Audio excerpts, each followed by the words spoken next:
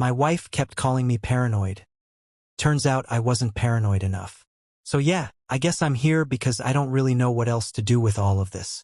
I, 34M, have been married to my wife, 32F, for a little over 6 years. We've been together for almost 10. No kids, just a small apartment, 2 jobs, and what I thought was a pretty stable life. We weren't perfect, but I always believed we were solid. Like the kind of couple that argues about dishes and money sometimes, but still laughs at dumb stuff and watches shows together at night. But if I'm being honest, things started feeling off about 5 to 6 months ago. First, it was small stuff. She got more irritable, like way more, snapping at me over nothing. I'd ask a simple question and she'd respond like I just accused her of something horrible. Example, "Hey, are you going to be late tonight?" And she'd go, "Why? Are you tracking me now?" That kind of tone. Sharp, defensive, out of nowhere. I remember thinking, okay, maybe she's just stressed. Work had been rough for her, and I didn't want to be that guy who makes everything worse by overreacting. But then the lies started. Small, stupid ones that didn't even make sense. She'd say she was at the office, but I'd hear background noise that didn't sound like work. Or she'd tell me she went straight home, but I'd notice her Uber history open on the iPad we share. Yeah, that becomes important later, and every time I pointed something out, she'd flip it on me. "You're imagining things. You're being insecure. You always do this when things are going well." That last one really messed with my head, because I started questioning myself. Like, was I overthinking? Was I becoming that paranoid husband I always promised I'd never be? But at the same time, something in my gut just wouldn't shut up. And I wish to God I had listened to it sooner. Because what came next wasn't just a rough patch or stress. It was the first crack in something way bigger. And it started with one random night, and one message she thought I'd never see. So the night everything started to unravel wasn't anything dramatic at first. It was a Tuesday, completely normal. I got home around 7. She wasn't there yet. No big deal. She texted earlier saying she had to stay late and finish something urgent. I remember I even replied, "No problem, take your time." Around 9:30 p.m. she still wasn't home. Called her. No answer. 10 minutes later she texted, "Still at the office. Stop calling, I'm busy." That annoyed me, not because she was late, but because of the tone. Again, sharp, cold, like I did something wrong just by checking in. Whatever. I dropped it. I made myself dinner, turned on some random show, and tried not to overthink. But then, around 10:15, I grabbed the iPad from the coffee table. We both use it sometimes, mostly for Netflix or ordering stuff. It's synced with her Apple ID for some apps, including messages. And yet, I wasn't snooping, at least not at first. I just opened it to check something stupid. I think I wanted to look up a recipe or something. But when I unlocked it, her Messages app was already open. And there was a conversation at the top. No contact name, just a number, and one message. "I miss you already." I just stared at it.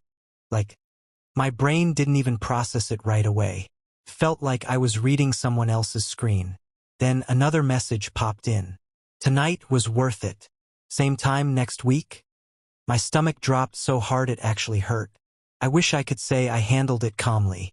I didn't. My hands were shaking. I opened the thread. There weren't a lot of messages, which somehow made it worse. It wasn't some long emotional affair I could trace back. It looked recent, clean, almost careful. But there were enough. Enough to know this wasn't a misunderstanding. Enough to know staying late at the office was a lie. Enough to know I had no idea who my wife actually was in that moment. And here's the part that really messed with me. The tone she used with him was completely different. Soft, playful, warm. Not the cold, defensive person I'd been living with for months. It felt like I was reading messages from a stranger wearing my wife's name. I sat there for I don't know how long, just scrolling up and down the same few texts, like maybe they'd magically change if I read them again. Then I heard the front door unlock. She walked in like it was just another normal night. And I realized I had about 5 seconds to decide what I was going to do. Pretend I saw nothing? or finally confront her. I chose wrong. I didn't plan anything. No strategy, no calm, let's talk. The second she walked in, I just snapped. She kicked off her shoes, dropped her bag, didn't even look at me at first. "Hey," she said casually, like it was any other night, and I just held up the iPad. Her whole body froze for a split second. Just a flicker, but I saw it. "What's that?" she asked. That was the first lie. Immediate. Automatic. I said, "Don't do that. Just don't." I saw the messages. She rolled her eyes. Actually rolled her eyes. "Oh my God. Are you seriously going through my stuff now?" That hit me like a slap. I wasn't going through anything. It was open. "Who is he?" And instead of answering, she got defensive. Aggressive, even. "You're unbelievable. You always need drama. It's exhausting." I remember just staring at her, thinking, "Did you even hear what I asked?" I stepped closer, put the iPad on the table between us. "I miss you already. Tonight was worth it. You want to explain that?" She didn't even look at the screen. "It's not what you think." Of course, that line. I laughed. Not because it was funny.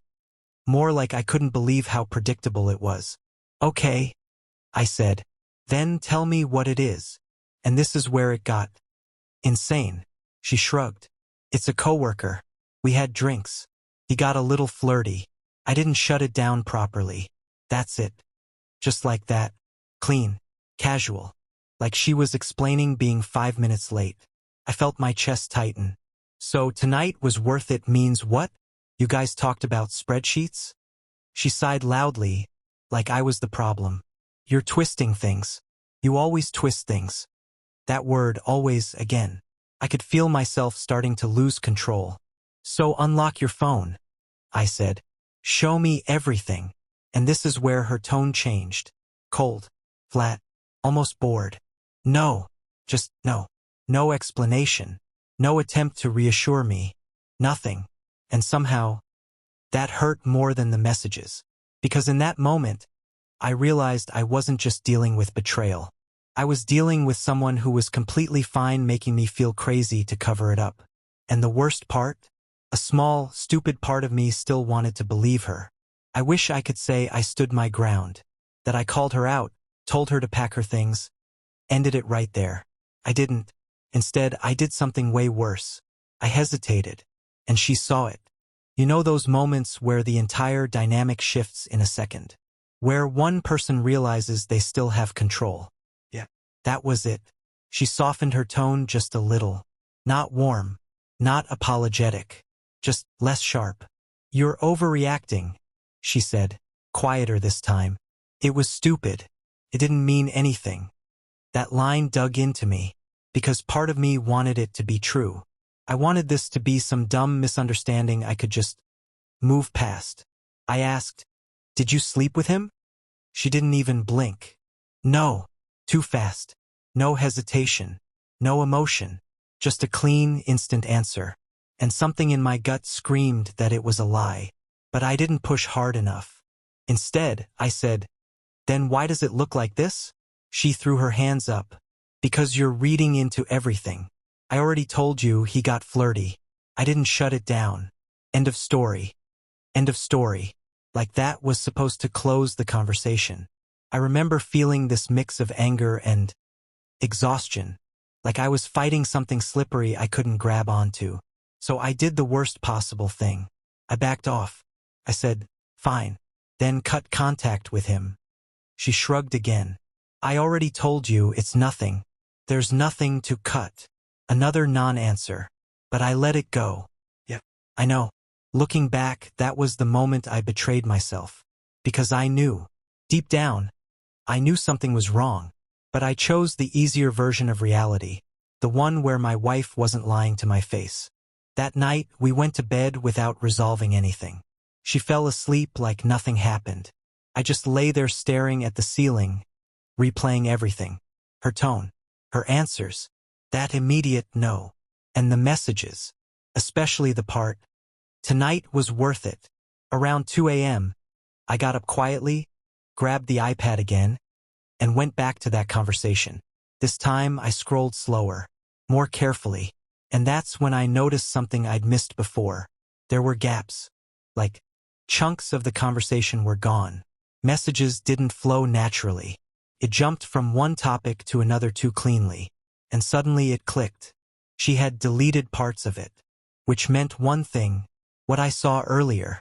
That was the edited version. And if that was the safe version, I didn't even want to imagine what was missing. That was the moment the doubt turned into something else. Not suspicion. Not insecurity. Certainty. And once you reach that point, you can't unsee it. I didn't sleep after that. Not even a little. I just sat there in the dark, holding the iPad, rereading those half-empty messages like some kind of idiot hoping they'd rearrange into something less painful. But they didn't. If anything, the gaps made it worse. My brain kept filling them in with possibilities, and every version was bad. Around 6 a.m., she woke up, stretched, yawned, completely normal. "Why are you up?" she asked, like nothing had happened. I just looked at her. I couldn't sleep. She shrugged, got out of bed, went to the bathroom. No tension, no awkwardness. It was like last night just didn't exist for her. That messed with me more than anything, because I was sitting there, feeling like my entire reality just cracked open, and she was brushing her teeth like it was Tuesday morning. Which, yeah, it was, but still. When she came out, I tried again. I don't even know why.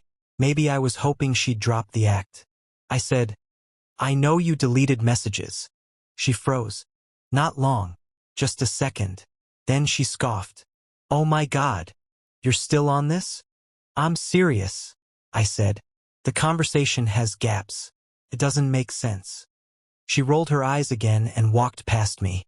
"Or maybe you're just overanalyzing like you always do." There it was again. Always. I followed her into the kitchen. "Can you just be honest with me for once?" And she turned around, visibly irritated now. "I am being honest. You're the one creating problems out of nothing." Nothing. That word actually made me laugh. Like a short, bitter exhale. "Nothing," I said. "You told me you were at work. You weren't. You're texting some guy saying you miss him. You deleted messages. And this is nothing?" She crossed her arms again. "Yes, because you're taking things out of context." By the time I got home that evening, I already knew one thing for sure. This wasn't something you work through. Not like this. Not with someone who lies this easily, this often, this confidently. But I still needed to hear her say it. Practical stuff. Finances. Lease. What happens if we separate? I even checked our bank account during lunch. And yeah, another surprise. There were charges I didn't recognize. Hotel bookings. Restaurants I've never been to with her. Going back weeks. Months even. I felt that anger creeping back in. Slow and heavy. Not explosive like before. More focused. Because this wasn't just emotional betrayal anymore.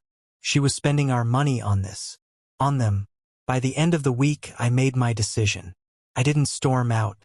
I didn't scream. I didn't confront her with lawyers or ultimatums. I packed a bag, calmly. Moved some of my things to a friend's apartment. And when she came home that evening, I told her, "I can't do this anymore. I can't be in a marriage where I'm treated like a fool. Where lies and betrayal are the norm. I need to leave." Her reaction? Anger. Denial. Then pleading. "You can't just throw everything away," she shouted. "I already have," I said. I didn't explain everything. I didn't need to. She already knew. And for the first time in years, I felt a strange, painful, liberating relief.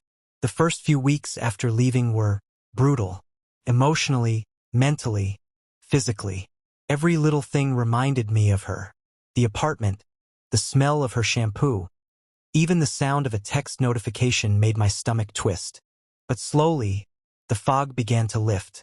I started reclaiming pieces of myself I didn't even realize I'd lost. I spent time with friends. I started running again, something I'd abandoned years ago. I cooked meals for myself without her judgment or sarcasm hovering in the background. I even laughed at stupid things, really laughed without feeling guilty or like it wasn't allowed. And somewhere in that process, I realized something crucial. This wasn't just about her betrayal. It was about learning to trust myself again. My gut, my judgment, my boundaries. I journaled. I reflected. I cried more than I thought possible. And yes, there were moments when I questioned everything. What if I'm overreacting? What if I could have saved it? But deep down, I knew the truth. Staying would have been losing myself slowly, quietly, piece by piece, while she continued her pattern of lies and manipulation. And the anger? That eventually faded too. Not completely, I'll never forget, but enough to let me focus on moving forward instead of constantly reliving every betrayal. Now, months later, I can actually think about it without that raw, burning ache. I've learned a lot, not just about her or even about marriage, but about myself. 1. Trust your gut. I ignored the first instincts that something was off, and it cost me years of peace. Listen to yourself, always. 2. Boundaries matter. If someone repeatedly crosses them, especially in ways that break trust, it's not your job to fix them. 3. You can't control others. I spent so much energy trying to make her see, admit, or feel guilty. It didn't work, it couldn't. All I could control was my response. 4.